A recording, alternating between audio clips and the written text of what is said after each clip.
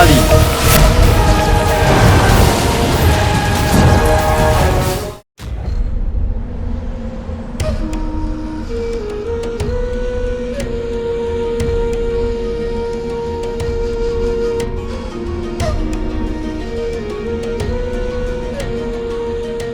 হে আল্লাহ, আমরা কখন পৌঁছবো বাগদাদে? আমি খুব ক্লান্ত হয়ে গেছি। হ্যাঁ, এ কি আবার ক্লান্ত হওয়া বলে? ক্লান্ত হওয়া তো আমার ১,৫০০ বছরের অভিজ্ঞতা। আমাকে দেখো আর শেখো কিভাবে ক্লান্ত হতে হয়। হায় আল্লাহ, আমরা বাগদাদ কখন পৌঁছবো? আমি ক্লান্ত হয়ে পড়েছি। এই যে চাচা, এনাকে নিয়ে মজা করো না। আপনি তো এনারই বয়সী, আপনি বুঝিয়ে দিন দাদা।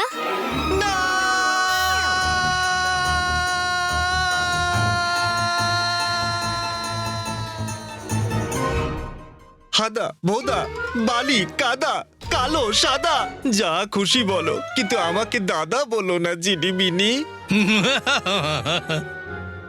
চিনির থেকেও মিষ্টি, আমি হলাম জেনিমিনি। জি জি, তোমার এসব কথায় রাগ দেখানো উচিত। আমি রাগই তো করছি।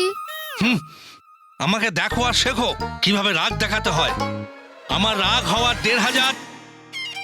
বাগদাদে পৌঁছে তোমার এই ১,৫০০ বছরের অভিজ্ঞতা যেন কাউকে শোনাতে চেও না। বাচ্চার মতন দেখতে, বাচ্চাদের মতন ব্যবহার করবে, নয়তো লোকেরা সন্দেহ করতে পারে। শুনলে চাচা, আকা কি বললো?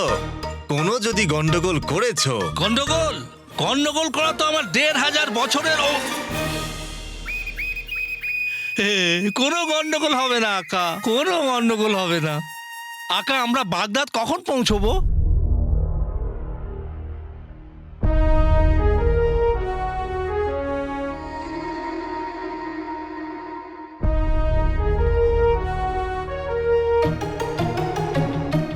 আমরা বাগদাদে পৌঁছে গিয়েছি।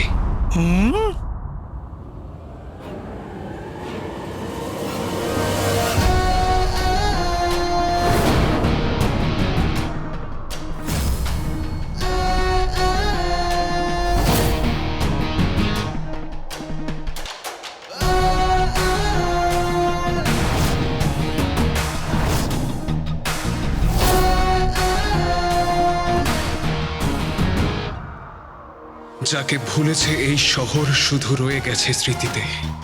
মৃত্যুকে পরাস্ত করে সে ফিরে এসেছে বাগদাদেতে।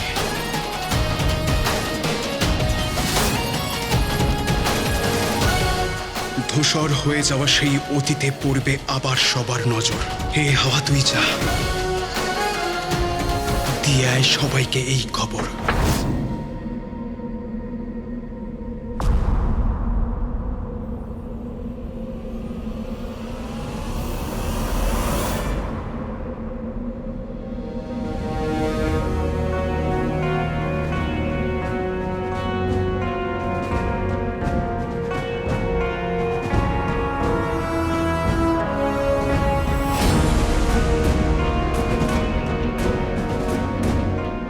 বছর পরে এমন আনন্দ অনুভব হচ্ছে। আজ আমি সিমুয়ের পায়েস তৈরি করে সকল গরিবদের খাওয়াবো। এমন মনে হচ্ছে যেন যেন আনন্দ ছুটে আসছে, যেন যেন আলী বাড়িতে ফিরে এসেছে।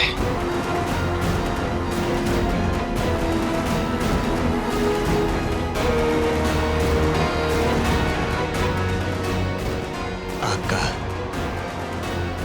এবার কি করতে হবে? আঙ্কির জিন, বাড়িতে এসে দরজার বাইরে কি দাঁড়িয়ে থাকতে হয়? ভেতরে যেতে হয়। আর এবার এমন ভাবে যাব যে পুরো বাগদাদ আমাদের দেখবে।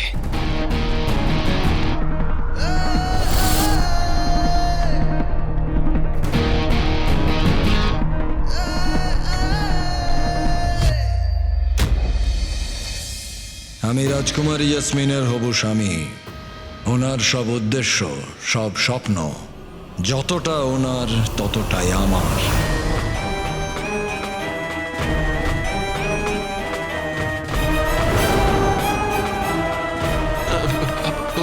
ভাই জাফর, ভাই ভাই আমার ভাই, এসব কি বলছো? কি বলছো এসব? যখন রাজকুমারী রাজকুমারী রইলেন না, তখন তুমি হবু স্বামী কি করে? জব্বার!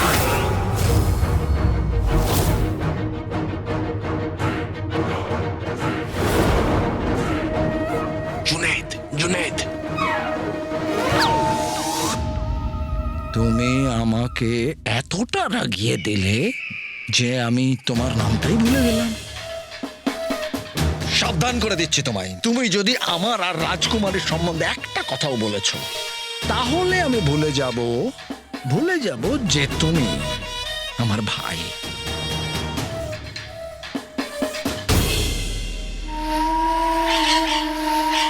সময়টা কঠিন ঠিকই, কিন্তু আমি নিজের কর্তব্য থেকে পালিয়ে যাওয়ার লোক নই। সম্পর্ক কি করে রক্ষা করতে হয় সেটা আমি জানি। মালিকা বেগম, এই ছোট আংটিটার জন্যে আমি সম্পর্ক আর দায়িত্বের বন্ধনে জড়িয়ে গেছি, আর যেটাকে ভাঙার মতো ক্ষমতা আমার মধ্যে নেই।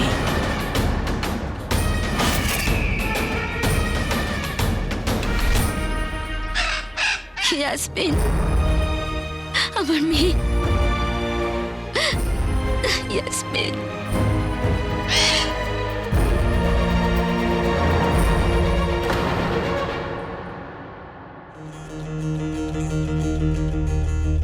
প্রয়াত মহামান্য বাদশার বিশ্বস্ত ওয়াজির হবার জন্যে, রাজকুমারী ইয়াসমিনের হবু স্বামী হবার জন্যে, যতদিন রাজকুমারী ইয়াসমিন ঠিক না হচ্ছে, যতদিন না সে পুনরায় আগের অবস্থায় আসছে, আমি সেটা হতে দেব না। আমি বাগদাদ আর তার জনগণের খেয়াল রাখবো।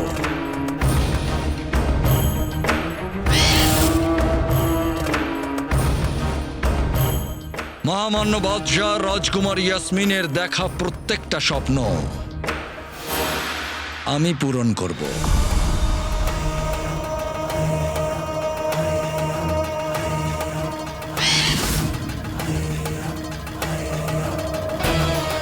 আমি শহরে ঘোষণা করিয়ে দিচ্ছি, কিছু জরুরি নিয়ম পালন করার পরে, আপনার অনুমতি আর আশীর্বাদের পরে আমি বাগদাদের সিংহাসনে বসব।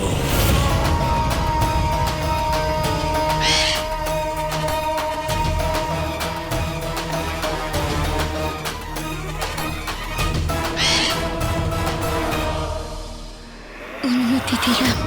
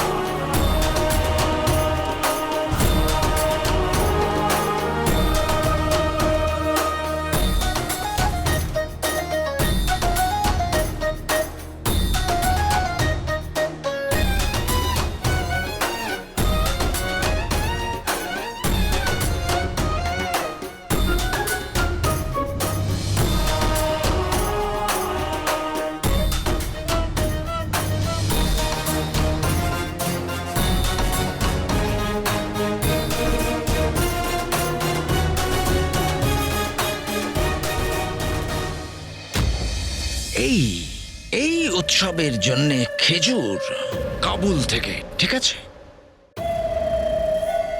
কেশর কাশ্মীর থেকে, আর ফানকার মিশর থেকে, আর পোশাক চীন থেকে। বুঝে গেছো আমার লালিতি জান? বাহ আকা বাহ! আমি আজ অব্দি আপনাকে এতটা খুশি হতে দেখিনি। হ্যাঁ হ্যাঁ, কারণ আজ পর্যন্ত আমি এত খুশি হইনি। আমি হতে চলেছি বাগদাদের বাদশাহ। আমি বুঝতে পারছি না আমি আমার এই আনন্দটাকে লুকোবো কি করে, কারণ লোকের মধ্যে তো এই দুঃখটা আছে যে রাজকুমারী তোতা হয়ে গেছে। তবে বোকাদেরকে আরো বোকা বানানো খুব একটা মুশকিল কাজ নয়। কিন্তু আমার সব থেকে প্রিয় প্রদীপের জিন, আমার সব পদক্ষেপে তুমি আমার সঙ্গ দিয়েছ, তাই আজ আরেকবার আমি তোমার নজর কাটাবো।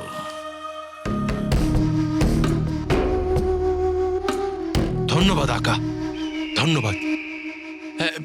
এবার জুড়ে দিন। কি? নজর যেটা আপনি কেটেছিলেন সেটা জুড়ে দিন।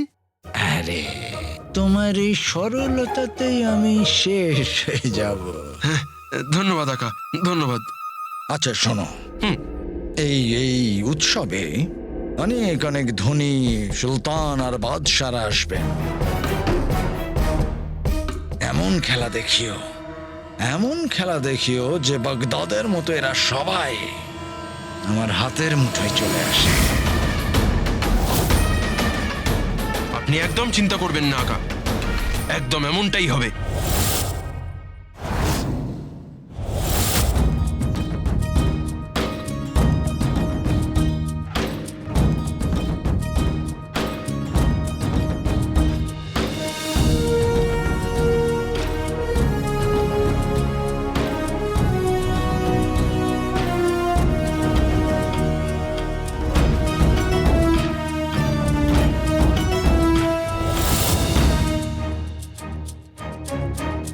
ছোট কিন্তু বড়ই চতুর, বুকে সাহস ভরা আর ক্ষমতাও প্রচুর, মিঠাইয়ের ভক্ত তবু শরীরে সে তেজি।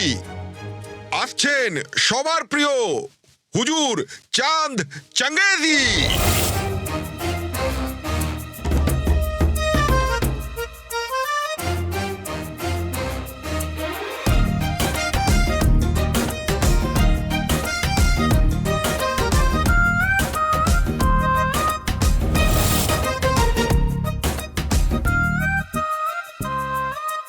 আদাব। কত মিষ্টি বাচ্চা। তুমি আমাকে বাচ্চা? এটা আমি কি করছি? আকা বাচ্চাদের মতো থাকার হুকুম দিয়েছেন, তাই তো আমি বাচ্চাদের মতো কথা বলছি। হুকুম তো পালন করতে হবে। বাচ্চাকে বাচ্চা বলবো না তো কি বুড়ো বলবো? আসলে আমার আলী দাদা সবসময় বলে যে মিথ্যুককে সত্য, চোরকে নিষ্পাপ, আর বাচ্চাদের বাচ্চা বললে ওদের খুব খারাপ লাগে। ধন্যবাদ। তোমরা আমাকে তো দেখলে, এবার আমার দিদির সঙ্গে দেখা করে নাও। ও নতুন বন্ধু বানাতে আর সাঁতার কাটতে খুবই ভালোবাসে। ঘৃণা করে শুধু একটাই জিনিসকে, যারা মাছ খায় তাদেরকে। তাহলে দেখে নিন আমার দিদিকে, সারা।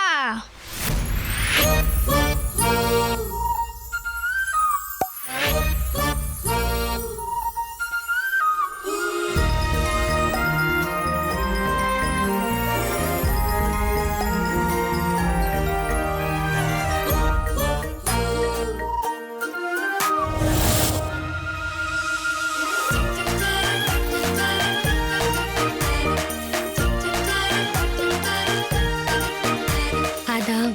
মাশাআল্লাহ। আরেকজন ব্যক্তি আছে, তার নাম আর সে কি করে সেটা শুনে নিন। ওই হলো আমাদের চাকর ঝুমরু।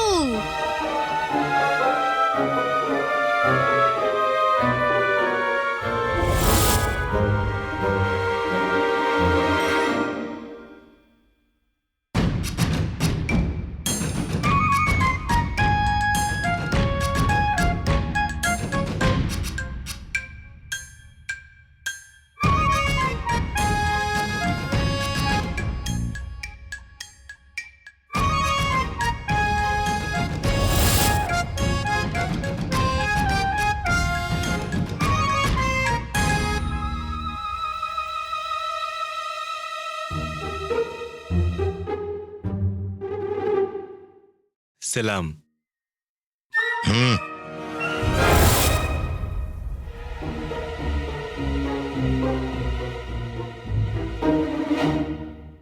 আমাদের আলী দাদা এই দুনিয়ার সব থেকে ধনী ব্যক্তি, আর উনি আজকে রাতে একটি উৎসব করছেন, আর উনি চান যে আপনারা সবাই যেন উপস্থিত থাকেন। হ্যাঁ, আমরা সবাই এখানকার উৎসবে এসেছি। আজ ওয়াজিরে আলা সিংহাসনে বসবেন। তোমাকে আর তোমার ধনী আলী দাদাকে আমরা কেউ এখনো পর্যন্ত চিনিই না। আমরা আসবো না, চলো।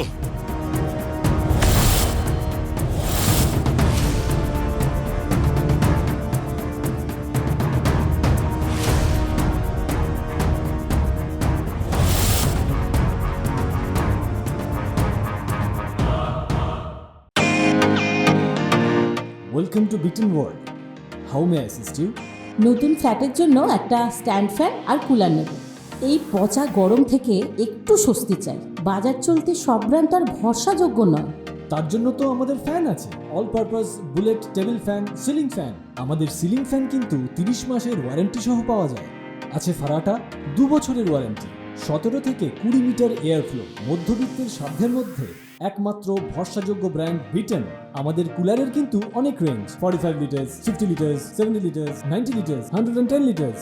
হানিকম সহযোগে বিটেনের সব কুলারের ওয়ারেন্টি 1 বছর। চেনা হাওয়ায় অচেনা অনুভূতির জন্য একমাত্র আদর্শ বিটেন। গরমে স্বস্তি পেতে বিটেনের ফ্যান হোক বা কুলার, আজই আনুন বাড়িতে। Beaten, digitally years.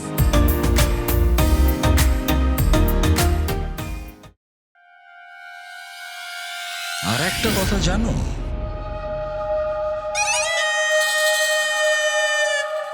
কখনো কখনো আমি এটা ভাবি যে আল্লাহ আমাকে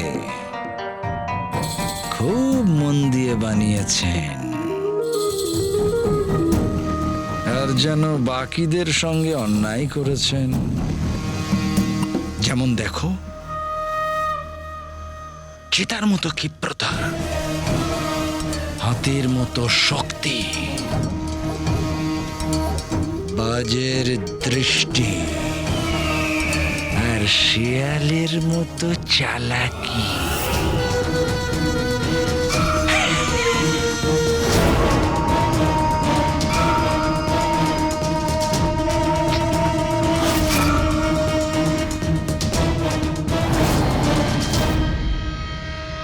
বাহ!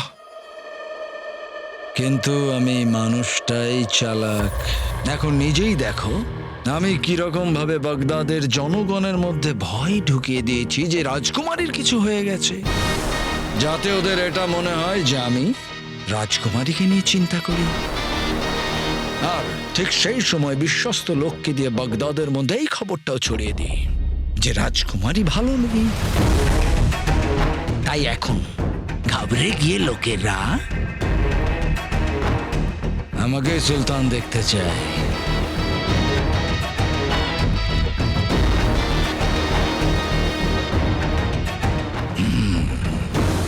তুমি আপাতত যাও আর দেখো যে উৎসবের প্রস্তুতি ঠিকঠাক হচ্ছে কিনা। যথাজ্ঞা আমার আকা।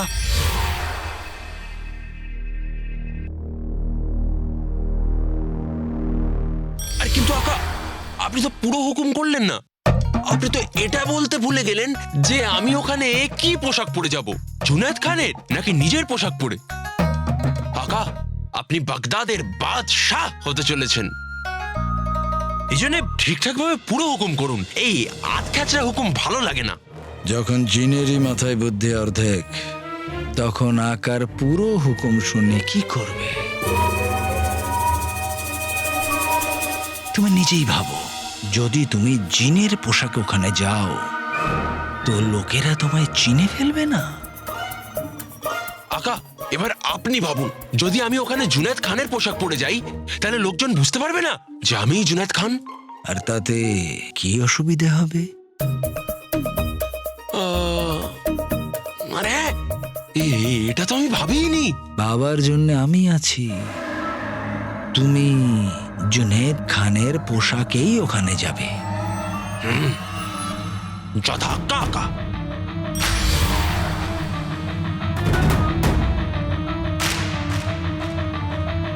দুনিয়া ক্ষুদ্র, চীন সমুদ্র।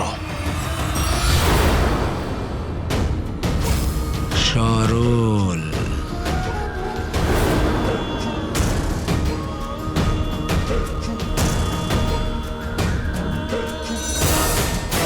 সুন্দর।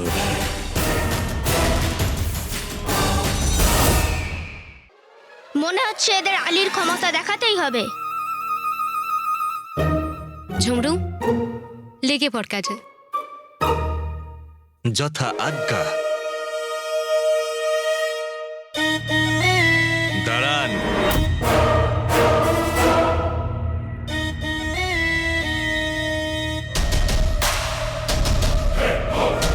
আপনি কি করেন দাদা? আমি বাগদাদের সৈন্যদের অস্ত্র যোগান দিয়ে থাকি। আর এটা কি? এটা বিশেষ উপহার ওয়াজিরে আলার জন্য। আফগানিস্তানের সব থেকে সুন্দর ধারালো তলোয়ার। একবার দেখতে পারি? নিশ্চয়ই।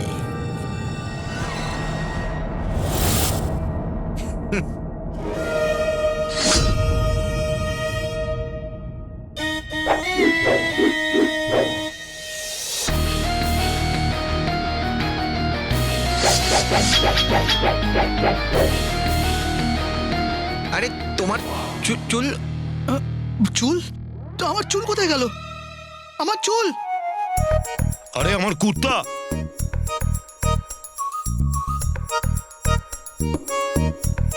আরে আমার পাজামা!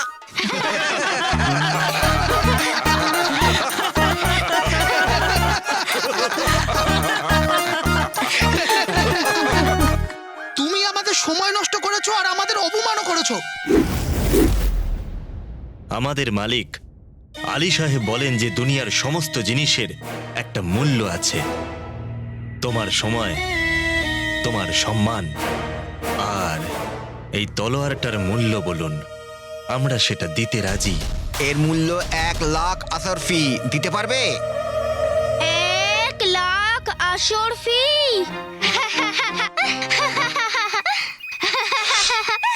আমরা তোমাকে 1 লাখ নয় 10 লাখ আসরফি দেবো। গুনতে পারবে? একটা তরোয়ালের মূল্য 10 লাখ আসরফি? আমাদের আলী দাদা আম পাড়ার জন্যও পাথর নয়, আশারফি ছড়ে। যদি আমরা চাই তাহলে তোমাদের সব উপহারগুলো অনেক বেশি দাম দিয়ে কিনে নিতে পারি এক্ষুনি। যদি এখনই তোমাদের এই অবস্থা হয় তাহলে উৎসব দেখে তো তোমরা অজ্ঞান হয়ে যাবে।